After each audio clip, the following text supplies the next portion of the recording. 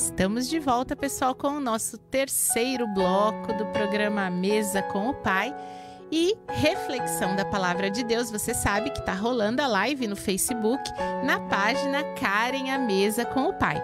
Então, você que gosta aí de acompanhar a nossa reflexão, marcando, né, fazendo aí os seus comentários, suas anotações, corre lá, pega sua Bíblia, seu caderninho, que você pode fazer anotações. Hoje nós temos aí alguns textos muito bonitos para trabalhar, para refletir sobre eles. O nosso tema de hoje é o desafio da visão. E eu quero aqui, já no início, deixar os beijos das meninas que são as minhas parceiras, né? Acabando já o mês de aniversário da Mila Moda Grande, que nós temos aí 5 anos de Adamantina, a Mila enfeitando, vestindo a grande mulher há 5 anos aqui em Adamantina. Um beijão então para Cris, para Sorana, né, que atende lá na loja com um sorrisão, sempre recebendo bem o pessoal ali na Capitão José Antônio de Oliveira 571. E também um grande abraço para a Fran Espina, que é coach de emagrecimento, a Fabiana Golfeto, nutricionista. As meninas trabalham lá na Clínica Golfeto em Lucélia, na Avenida Brasil, 1089. Tem nutrição esportiva, tem programa intensivo de inverno para emagrecimento. Ah, você acha que é mais difícil emagrecer no inverno? Porque você não conhece as técnicas. Fabiana Golfeto tem lá um programa de emagrecimento para o inverno também, muito bacana. E a Fran faz ali a parte da estética, faz as massagens redutoras, de drenagem linfática para a gente eliminar líquidos. É tudo muito gostoso, viu? Bom, um beijão para Tati, da Tatiane Moreira, calçados femininos, que tem também acessórios, sim, brincos, pulseiras, anéis, colares. Gente, uma linha tão linda, tão delicada, produtos feitos de forma artesanal, com fibras naturais. Você vai gostar, tenho certeza. Passa lá na Tati, na Alameda Navarro de Andrade 467. Certo? Um beijão para Patrícia, a Pati da Livraria Monte Sião, ali no box 2 da rodoviária de Adamantina. Lá você tem bíblias, livros, devocionais, camisetas, bonés e muitos outros produtos, artigos evangélicos para presentear. Presentear você mesmo ou presentear, né, aquele aniversariante, aquela pessoa da família, aquele irmão. Muito bem. E aqui também comigo é a Débora Balbino, do Espaço de Beleza, Débora Balbino, que é a minha cabeleireira, que faz penteados incríveis para noivas formandas, para madrinhas, enfim, penteados maravilhosos, trabalha muito bem com o corte e tudo que diz respeito à estrutura capilar, sabe? A Débora é ótima, você vai lá, ela te dá aquela consultoria incrível. Bom, e também a Janaína Betil, da Alvorada Construção e Acabamento. Sim, tem um departamento maravilhoso, gente. A gente entra lá, não sabe o que ver de tão bonito que é cada peça, cada detalhe, cada item de utilidades domésticas ou decoração. Dá vontade de levar tudo, dá vontade de ter umas 3, 4 casas só para você decorar todas. E dá vontade também de falar assim: acorda, amiga. É uma casa só para cada pessoa, né? Mas dá vontade. Ai, meu Deus, como eu olho e falo, eu passo vontade de ver essas coisas lindas, maravilhosas. Bom, muito bem, linda, maravilhosa, nossa palavra de hoje. Você já pegou seu caderno, sua Bíblia aí, sua caneta? Então, vamos começar. Vamos começar. O nosso tema, então, o desafio da visão. Nosso texto base está em 2 aos Coríntios, capítulo 5, versículo 7. E está escrito assim, olha, 2 aos Coríntios, capítulo 5, versículo 7. Porque andamos por fé e não por vista. olhando para esse versículo, sabendo que o nosso tema é o desafio da visão, você já sabe o que vem por aí? Já imaginou? Porque andamos por fé e não por vista. E olha o tema da nossa ministração, desafio da visão. Então vamos lá, gente, visão.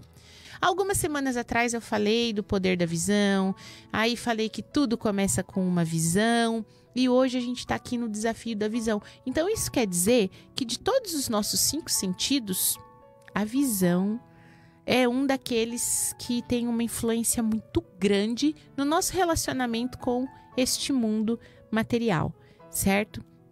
É impressionante quando nós observamos as coisas, né? A gente recebe o mundo pela visão, certo?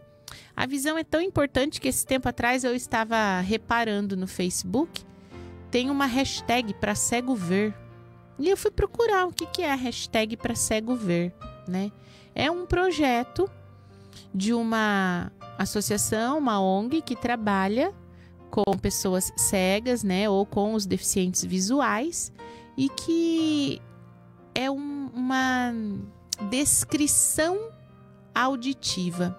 Então, vem embaixo de uma imagem uma descrição auditiva. Se a pessoa clicar, ela vai ouvir a descrição. A imagem apresenta uma mulher com roupas claras, sorrindo, não sei o quê, não sei o quê. Então, o que quer dizer? Quer dizer que mesmo quando você não pode ver, a imagem está comunicando alguma coisa. Então, as pessoas que não têm a capacidade de ver, né, a habilidade aí da visão, do sentido da visão, ela também tem a necessidade de receber essa descrição, mesmo que seja de outra forma. Então, isso nos prova que a visão é, de fato, um sentido muito apurado, muito aguçado e que amplia o nosso contato com o mundo material, né? E considerando, então, a importância da visão, a gente deve refletir o quanto eu sou influenciado pelo aquilo que eu vejo. O quanto eu sou dominado por aquilo que eu vejo. O quanto eu posso ser paralisado por aquilo que eu vejo. Então, o desafio da visão é um desafio de fé, porque o versículo diz: andamos por fé e não por vista. Quando você está andando, você não está olhando tudo? Se o piso está apropriado, se você não vai tropeçar, se não tem um buraco, se não tem uma saliência. Você está olhando tudo, se não tem nenhum ali objeto, algo que te impeça, que te atrapalhe, o fluxo de outras pessoas, o local que você está, os riscos que ele oferece, enfim. Enquanto você está andando, você confia muito na sua visão. Você já tentou andar de olhos fechados? Segue aí. Vou nessa calçada aqui no centro, vou atravessar Rio Branco de olho fechado. Você não vai fazer isso, né? Então, pois é. Mas o versículo nos dá essa dica. Andamos por fé e não por vista. Ou seja, não confie somente naquilo que você vê. Você precisa confiar nos olhos da fé. Então vamos lá. O nosso desafio é crer em algo que nós não vemos, né? Ao contrário do ver para crer, a gente tem que crer para ver no reino do Espírito. Então primeiro você crê, depois você vê, né? E para muita gente, então, o desafio da fé é o desafio da visão, porque existe esse apego. E eu digo que é um desafio, porque esse Deus que nós falamos, ele é um Deus invisível, né? Esse Deus é invisível, esse Deus que nós pregamos. Seu Filho Jesus é invisível, o seu Santo Espírito é invisível. Então, o sentido da visão, que nos dá tanta segurança, tanta garantia ali na nossa vida diária, ele é desafiado quando eu chego no campo da fé.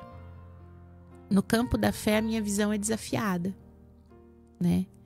Então, olha só, eu quero trazer aqui 2 exemplos. 2 exemplos do desafio da visão. Um deles é a respeito do cedro no Líbano. E o outro é sobre aquele episódio em que Rebeca dá água aos camelos. Eu até já falei desse texto aqui, né? Quando Rebeca dá água aos camelos, falei do princípio do também. O Fabiano está aqui assistindo, já deu bom dia aqui na live. Tenho certeza que ele lembra do princípio do também. A gente chegou a comentar isso em célula. Enfim. Vamos lá, então são esses 2 exemplos, tá, gente? Primeiro, eu vou falar do cedro no Líbano. Então, eu tenho certeza que na sua vida existem circunstâncias, momentos em que você é desafiado na sua visão. É aquele momento em que você não está vendo nada, não está vendo resultados, não está vendo acontecer aquilo que você planejou, você não está vendo os frutos. E o desafio é olhar com os olhos espirituais e entender o que é que está acontecendo, né? Que o seu sentido físico não está conseguindo ver. Muito bem.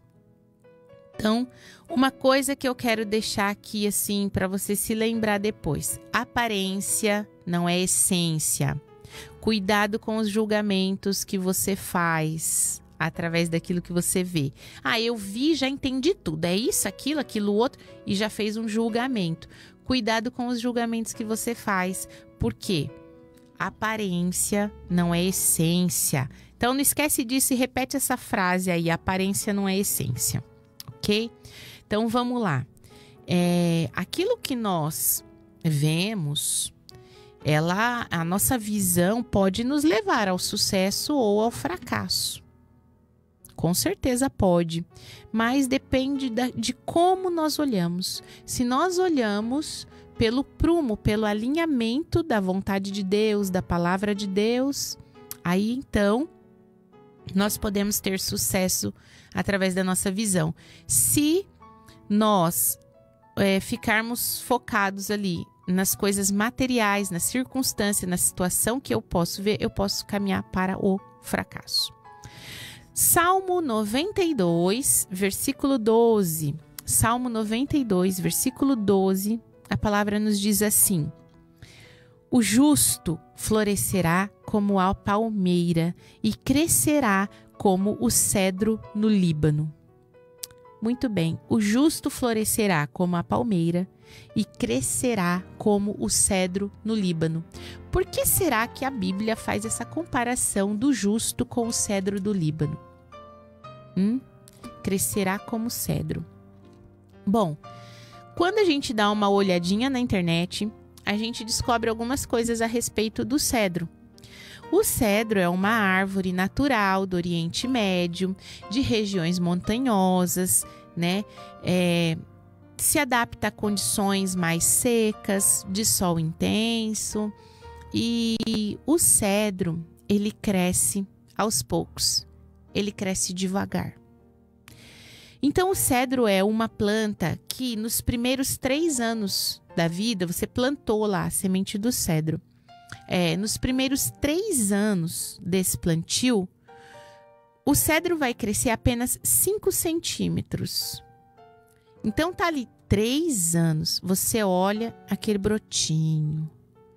Passou o primeiro ano, é só um brotinho. Segundo, terceiro ano, e aquilo ali é só um brotinho. Mas o que a gente não tá vendo tá debaixo da terra, é a raiz. Enquanto a plantinha do cedro, nos seus 3 primeiros anos, tem só 5 centímetros, a sua raiz, que nós não vemos, já está com 1,5 metro. Então, se você comparar 5 centímetros, é insignificante quando comparado a 1,5 metro. A raiz do cedro, ela é muito profunda, porque ela busca água não do solo, ela busca água lá no subsolo, nos lençóis freáticos. Então o cedro, ele retira a sua provisão do subsolo, dos lençóis freáticos, locais profundos. Então a raiz do cedro se desenvolve muito, cresce muito, enquanto a plantinha ali fora só tem a aparência de 5 centímetros. Mas o que eu disse para você, a aparência não é essência. A essência é o que alimenta, e o que alimenta é a raiz. A raiz alimenta. Ela busca essa água do lençol freático, ela busca os nutrientes que estão no solo, é a raiz que alimenta a planta. Então, quando a gente olha a aparência desses pequenos 5 centímetros, após 3 anos, você fala, isso não vai dar nada. Então, às vezes na tua vida, você está ali há muitos anos, insistindo em algo, investindo em algo, e aparentemente aquilo não vai dar em nada. Não tem nada acontecendo ali. Porém, não julgue porque você não está vendo as raízes. As raízes se formam em oculto, elas se formam debaixo da terra. Então, às vezes, a obra que você está fazendo, que parece que é uma mísera plantinha, pode ser que tenha raízes profundas, né? Então, aquilo que os nossos olhos veem não pode se comparar à realidade daquilo que a situação de fato é, né? Um cedro, ele pode chegar até a 40 metros de altura. Pode chegar a 40 metros de altura. A partir do 4º ano de vida dessa plantinha, ele cresce 20 centímetros ao ano, aproximadamente. Então, para chegar a 40 metros, crescendo 20 centímetros por ano, leva muito tempo. 20 centímetros ao ano, em 5 anos ele cresceu 1 metro, né? 5, 1, puxa, são centenas para chegar até a sua estrutura real, a sua potência máxima de crescimento, não é, de desenvolvimento. Pode levar muito tempo. E existem árvores de cedro hoje na região ali do Oriente Médio que tem mais de 5.000 anos. São árvores milenares. Então, apesar do início ser tão frágil, apesar do início ser assim tão, vamos dizer até desanimador, né? Você olhar e não ver nada. Ao longo do tempo, de muito tempo, a resistência, né, aparece. Porque aquilo que você cresce consolidando, aquilo que você cresce com um bom alicerce, aquela obra, ela dura muito tempo, quando tem um bom alicerce. E o curioso é que, como a raiz do cedro busca água nos lençóis freáticos, com certeza no subsolo existem rochas. Quando a raiz do cedro encontra uma rocha, ela não para de crescer. Ela não para de se desenvolver. Quando ela encontra uma rocha, ela envolve essa rocha e segue o seu caminho, segue crescendo. Só que a partir do momento que ela envolve a rocha, essa rocha entra para a sua consolidação. Essa rocha entra para a sua fortificação, porque daí ela está bem presa, a raiz está bem presa no solo. Então, na vida da gente, quando a gente estiver crescendo, quando a gente estiver se desenvolvendo ali sem ninguém ver, né, debaixo da terra, suas raízes estão aumentando e as pessoas não estão percebendo, porque do lado de fora só tem um brotinho. Se aparecer algum obstáculo, não para. Não para porque apareceu uma pedra. Contorna a pedra. Usa aquilo lá para você aprender, para te fortalecer. Usa aquela adversidade para você sair mais forte, mais firme. E segue. Não desiste por causa de uma pedra no caminho. Então, seja uma raiz forte, né? E o Salmo fala que o justo crescerá como cedro no Líbano. Então, é para você. É para você esse crescimento que pode ser lento, mas que é sólido, que é verdadeiro, que é firme. Você imagina o trabalho que dá conseguir arrancar uma árvore dessa? Que tem as suas raízes presas às rochas? Muito trabalho, né? Então, remover um cedro é muito difícil. E é uma planta resistente porque são lugares em que o inverno é rigoroso, tem neve. Então, mesmo que a folhagem queime no inverno, quando chega a estação de temperaturas amenas, ela volta com toda a força, com toda a potência, porque a sua raiz esteve protegida, a sua raiz esteve bem abrigada, né? Então, da próxima vez em que você olhar, gente, e ver um trabalho pequeno, próxima vez que você vir uma igrejinha pequena, da próxima vez que você vir o pequeno trabalho de uma manicure, de uma costureira, de uma cozinheira, não julgue esse pequeno trabalho, você não sabe as raízes que ela tem. Então nunca julgue a aparência, porque a aparência não é essência. E olha só que curioso, né? O fato de em 3 anos o cedro crescer apenas 5 centímetros. O ministério de Jesus na terra, Jesus foi batizado aproximadamente aos 30 anos, morreu aos 33, então o ministério de Jesus durou em torno de 3 anos, 3 anos e meio, enfim. O tempo em que Jesus trabalhou nesta terra foi um tempo semelhante. Ele chega, planta uma semente no coração dos discípulos que ele foi chamando, né? Ele foi chamando pelo caminho esses discípulos e trabalhou e ensinou esses discípulos num período de pouco mais de 3 anos, 3 anos e alguns meses. E aí Jesus morre. As pessoas que olhavam para os discípulos achavam que esses discípulos eram insignificantes plantinhas, brotinhos com 5 centímetros. Mas se hoje o planeta inteiro conhece o que Jesus ensinou, é porque essas pequenas plantinhas tinham raízes fortes e profundas.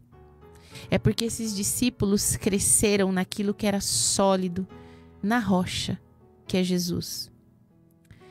Então eles tinham raízes firmes para suportar a perseguição que veio, para suportar as mortes que aconteceram por causa da propagação do evangelho, né? Então Jesus enxergava a raiz. E esse é o nosso desafio, enxergar aquilo que os olhos não veem. O desafio da fé passa pelo desafio da visão.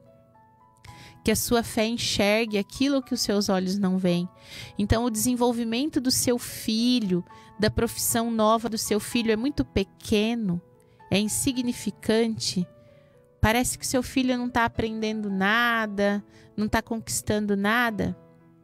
Não julgue, você não sabe que raiz ele tem.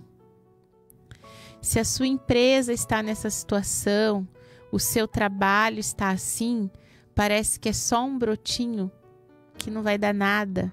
Depois de tanto tempo de dedicação, não julgue. Você não sabe que raízes tem, né? Então, qualquer situação da sua vida, começa a olhar pelos olhos da fé. Porque o versículo diz que nós andamos por fé e não por vista.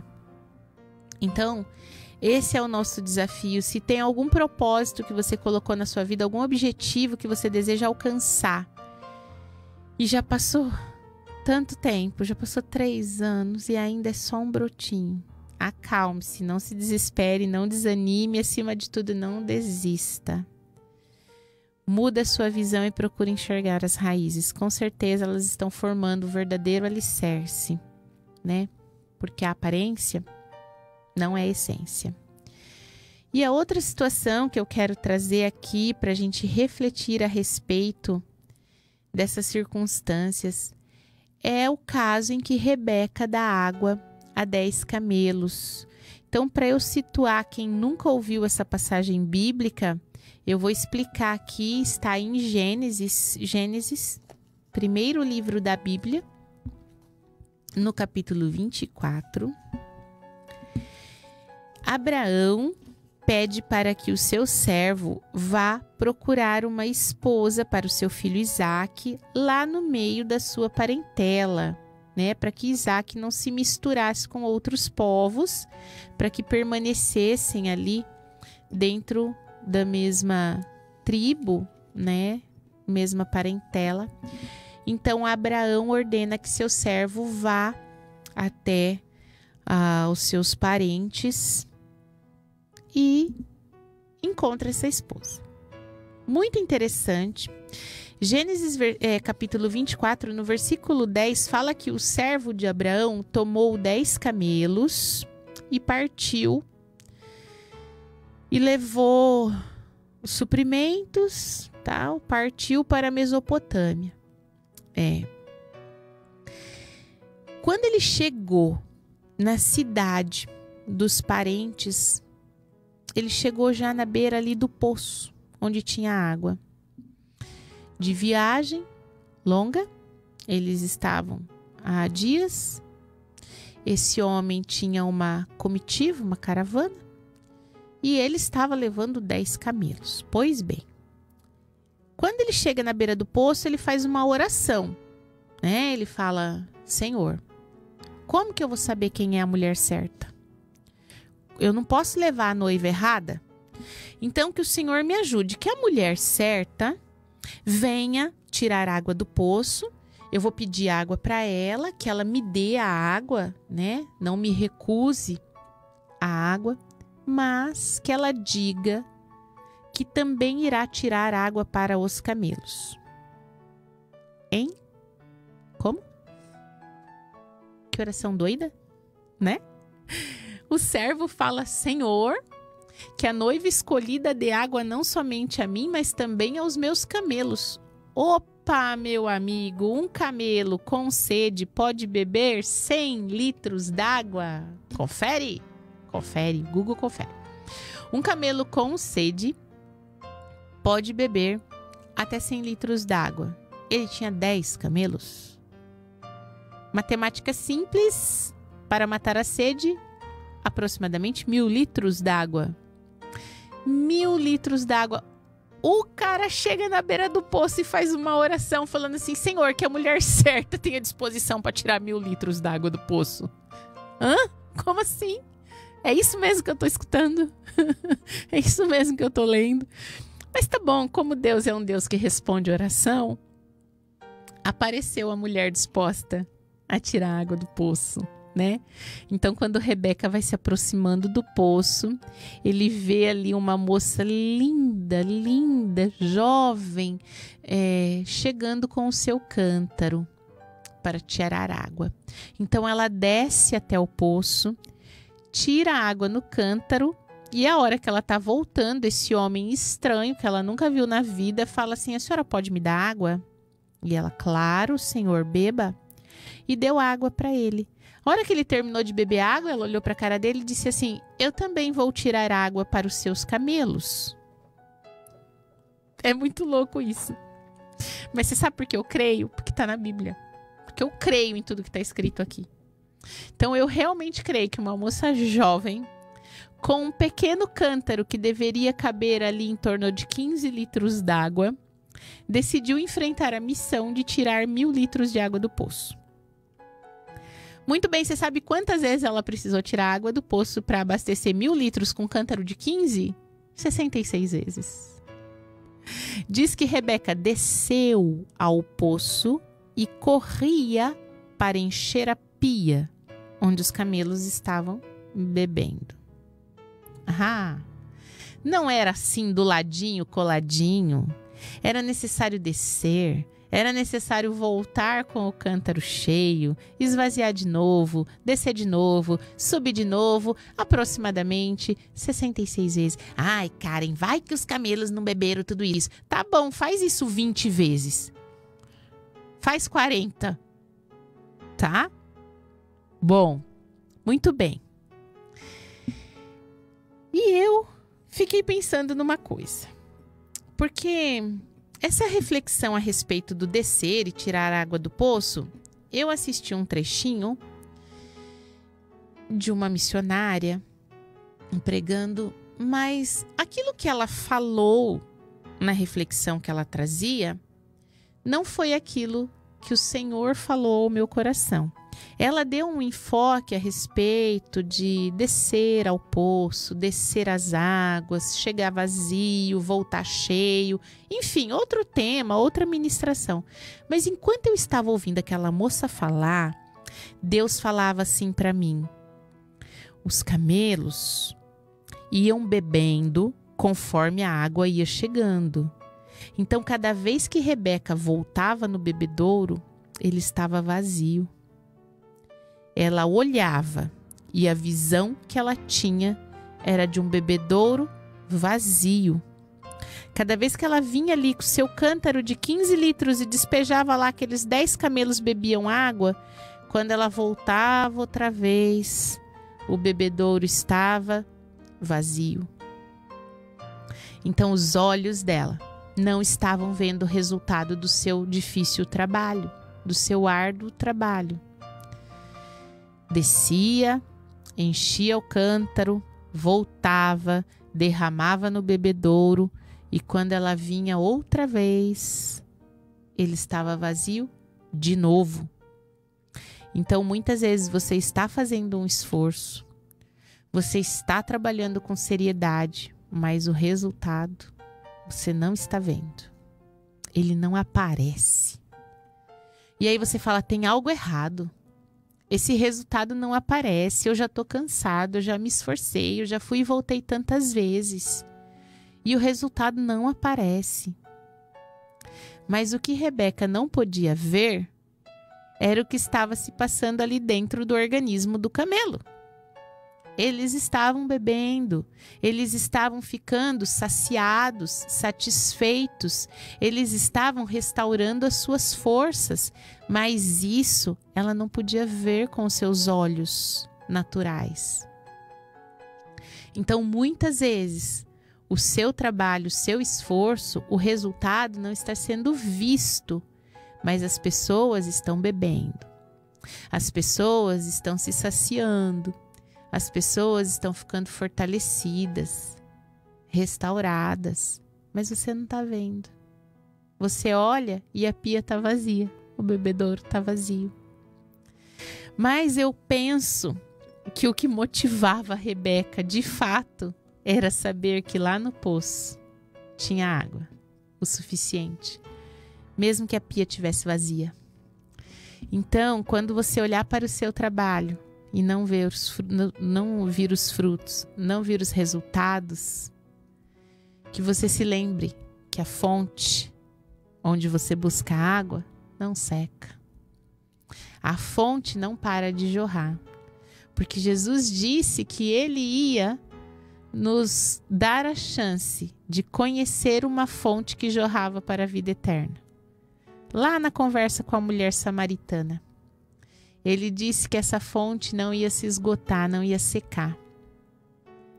Então, eu penso que Rebeca olhava ali, aquele bebedouro vazio e falava, não, mas tem mais água.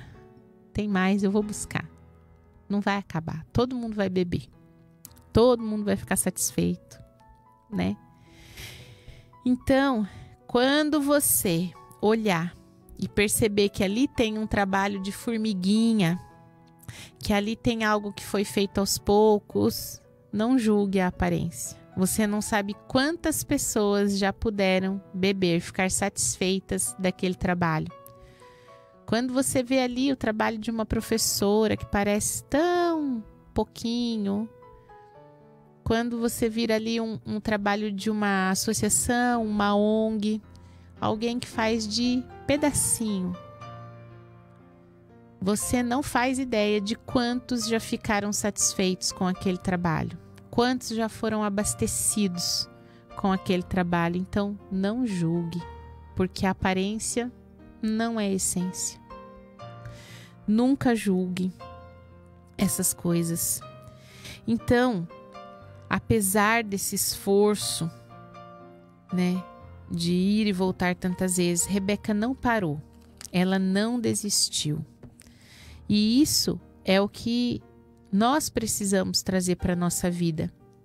Assim como as raízes do cedro, ao encontrar uma pedra, uma rocha lá no subsolo, não para, não desiste, assim também Rebeca não desistiu quando ela encontrava o bebedouro vazio.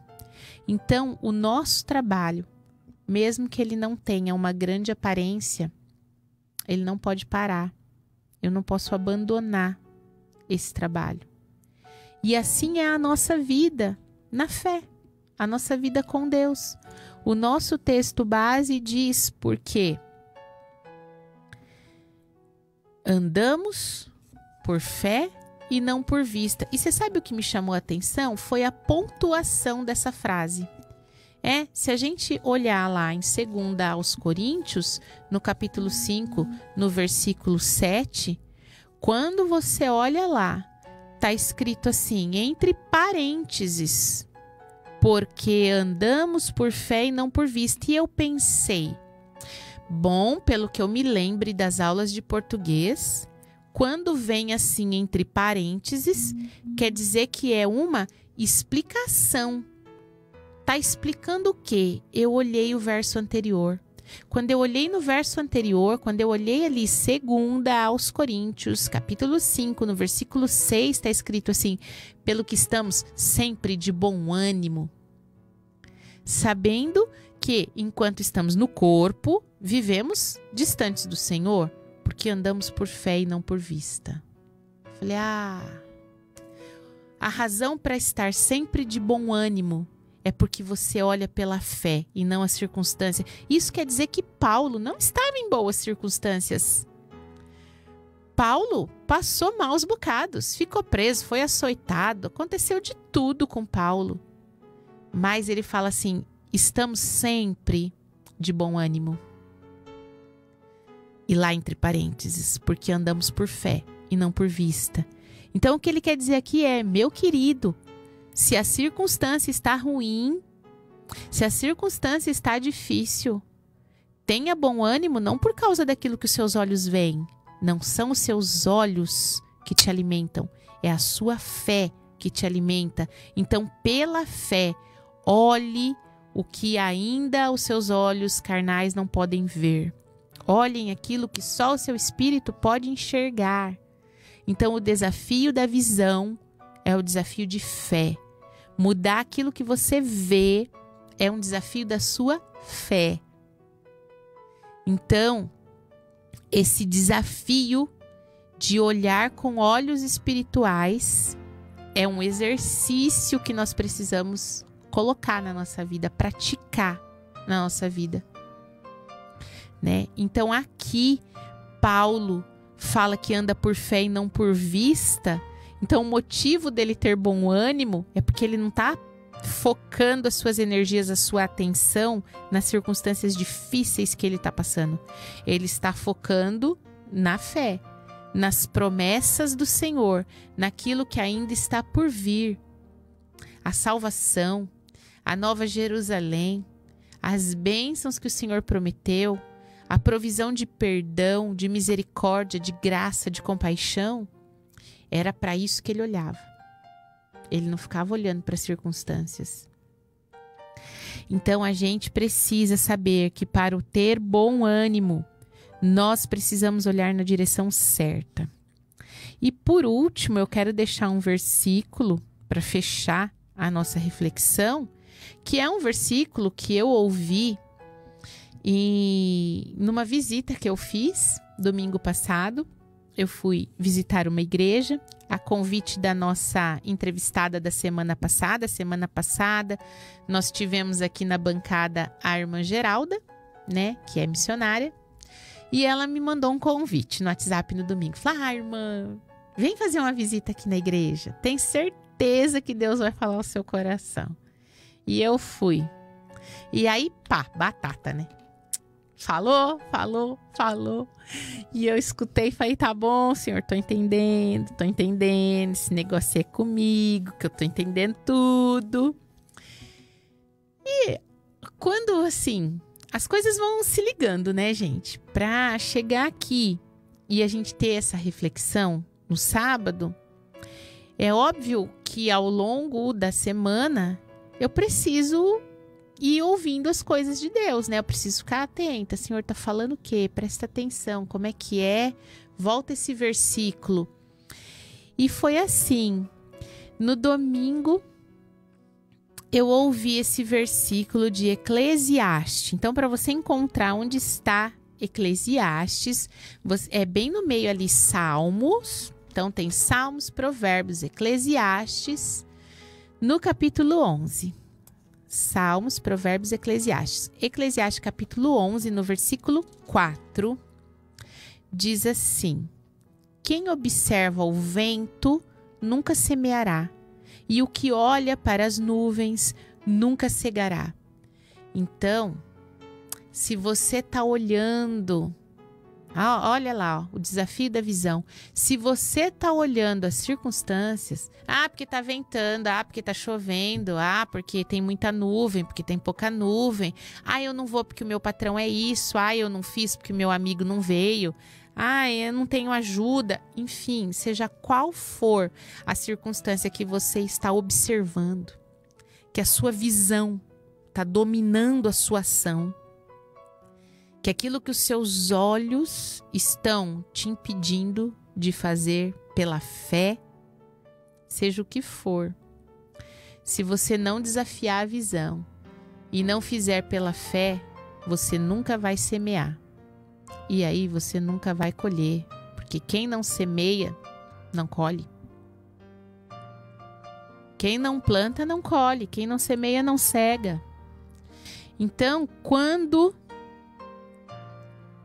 a minha visão me aprisiona nos problemas, me aprisiona nas circunstâncias, me enche de justificativas. Poxa, mas eu tenho boas razões, eu tenho boas justificativas para não fazer essa obra, para não fazer esse trabalho. Eu tenho boas razões para não investir nesse relacionamento. Eu tenho boas razões para não ir atrás daquele amigo que me feriu. Se você ficar só olhando as circunstâncias, você nunca vai chegar a uma colheita. Não vai vir o tempo da colheita. Então, o que nós precisamos é desafiar a nossa visão. Andamos por fé e não por vista. É isso que Paulo diz. Por isso que estou sempre de bom ânimo, porque eu ando por fé e não por vista. A minha esperança está alimentada por aquilo que eu creio e não por aquilo que eu vejo, né? Então,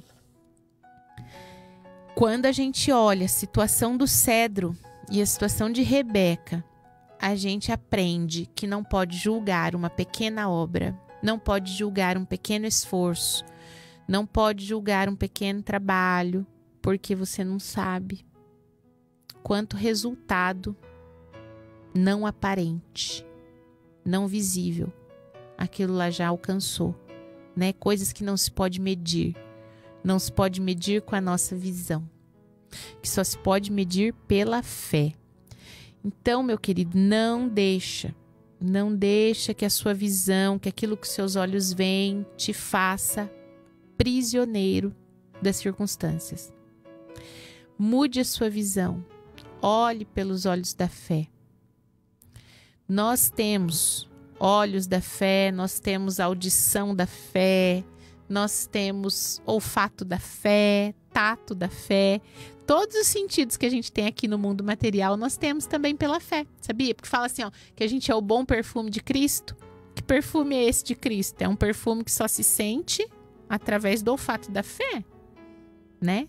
Não é assim um cheiro material. Fala que nós devemos tomar as coisas espirituais. Então, esse tato que eu pego as coisas é um tato de fé. As visões celestiais, então, é a minha visão da fé. Quando diz assim, ouvirá uma voz detrás de ti, dizendo, este é o caminho, andai por ele. Essa audição que escuta o ensino é uma audição da fé. Quando diz que a palavra de Deus é doce como o mel, esse paladar é o paladar de fé, né? Porque você não sente sabor doce na boca na hora que está lendo a Bíblia, mas é um paladar de fé. Então, todos os sentidos que nós temos nesse mundo físico, nós temos no reino espiritual. Então, nós precisamos exercitar esses sentidos para ver como Deus vê, para a gente poder estar mais conectado com a presença do Senhor, certo? Bom, então, lembre-se que aparência não é essência. Lembre-se disso, pense nisso essa semana, que aparência não é essência. E o que eu quero lembrá-los é de não julgar e tomar cuidado para que os seus olhos não te façam prisioneiro das circunstâncias. Amém? Bom, o Fabiano tá assistindo aqui com a gente. Tá assistindo e eu sei que tá chegando no WhatsApp dele. Eu não sei o que tá falando lá no WhatsApp, porque eu não saí aqui da live, mas eu sei que tá chegando no WhatsApp do Fabiano. Então, acho que a palavra tá de acordo aí, né, meu amigo? Bom, o Cleisiano de Oliveira também deu bom dia aqui pra gente. A Ângela Martinez está assistindo. A Jane Delgávio. Engraçado é que a minha live não tá mostrando pra mim. Eu sei que tem 7 pessoas, mas eu não consigo saber quem são. Ela não tá mostrando pra mim. Eu sei aqui apareceu a Ângela, a Jane. Jane, tô com saudade. O programa já vai fazer 1 ano já. Sábado que vem. 1 ano. Aniversário. Oh, precisa trazer bolo, né, Cleide? Programa de aniversário. Acho que eu vou ter que fazer bolo fitness. Vou trazer bolo. Semana que vem vai ser 1 ano a mesa com o pai. Ah, nós vamos ter que fazer alguma coisa. Falar com a Jana, mandar uns negócios bonitos aqui. A gente mexe a câmera assim e mostra, né? Então, programa de aniversário semana que vem, gente. É isso aí, nós vamos fazer um negócio legal. A Lu, minha sogra, Luísa Gomes, também entrou aqui na live dando bom dia. Bom, vamos orar, né, gente? Porque a gente precisa desses olhos abertos, olhos espirituais, que se a gente ficar olhando as circunstâncias, certamente nós temos muito a perder, porque as circunstâncias não refletem, de fato, o nosso destino, o nosso futuro, que é o céu. Então, vamos orar? Pai Santo, bendito, exaltado, glorioso, fiel e justo. Nós te damos graças, Pai, nessa manhã, pelo teu zelo e a tua palavra que não se aparta de nós, que constantemente nos ensina um pouco mais a respeito do teu poder, da tua grandeza. Clamamos nesta manhã que os nossos olhos espirituais sejam abertos, que a nossa mente seja de fato transformada, renovada em Cristo Jesus. Que tudo aquilo que nós temos visto com os nossos olhos carnais, que estão nos impedindo de seguir o progresso da nossa vida, do nosso desenvolvimento espiritual, seja transformado, seja removido as visões de impedimento, de fracasso, de insucesso, e que venha sobre nós uma capacidade de enxergar assim como as raízes do cedro que crescem sob a terra, que nós possamos ver aquilo que não é aparente. Assim como está saciado cada um dos camelos que bebem naquela pia, que os nossos olhos não enxerguem apenas a pia vazia, mas que possam enxergar a grande obra de satisfação, de alimento, de provisão que é feito a todos os que nos cercam. Pai, em nome de Jesus, que nós trazemos a Ti a nossa vida diante dessa palavra e clamamos que o Senhor permaneça nos ensinando, nos fazendo crescer na Tua vontade, na Tua graça e no Teu querer. Em nome de Jesus, Senhor, Te louvamos por esse tempo e apresentamos diante de Ti a nossa gratidão. Amém? Então, gente, nós temos, deixa eu ver aqui, tempo para voltar o 4º bloco para eu me despedir, dar parabéns, anunciar aqui as festividades, né? Então, um beijo para Raquel Cruz, Raquel, lá de Avaré, minha amiga. A Ellen também está assistindo aqui. A Ellen Cristina Brito, Nossa companheira de carteirinha. Bom, gente, então você não sai daí, daqui a pouquinho tem o próximo bloco, tá? Pra gente falar aí as novidades da nossa cidade que estão rolando e os aniversariantes. Já já eu volto.